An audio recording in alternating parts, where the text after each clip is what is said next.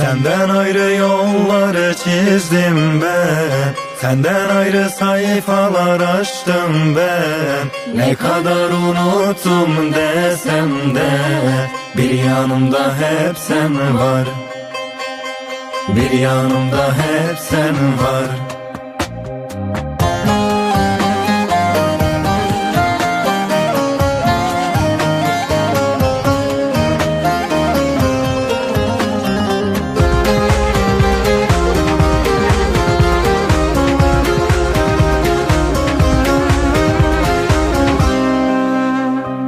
Senin ile gezdiğimiz o caddeler, sokakları aşkımıza şahitti.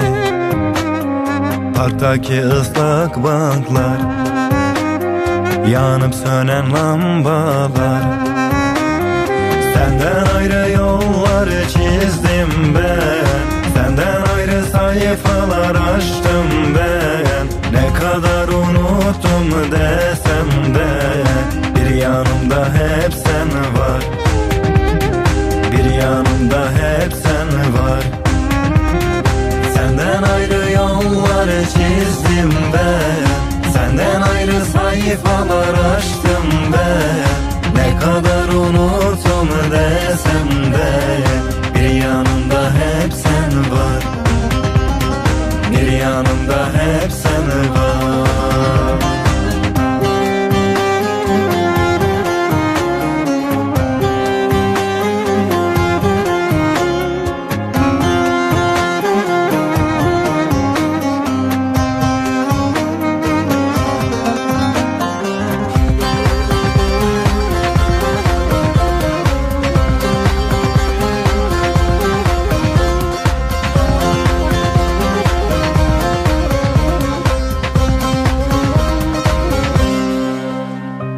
İçine atarsın da içinden atamazsın.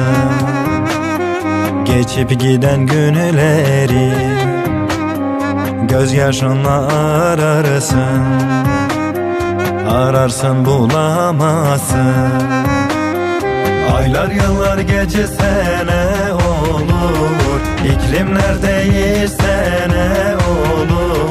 İkimizin yolu değil, Kerem olsak ne olur, Aslı olsak ne olur. Senden ayrı yollar çizdim ben, senden ayrı sayfalar açtım ben. Ne kadar unuttum desem de bir yanımda hep sen var, bir yanımda hep sen var. Senden ayrı yollar çizdim ben, senden ayrı sayfalar açtım ben. Ne kadar unuttum desem de bir yanımda hep sen var.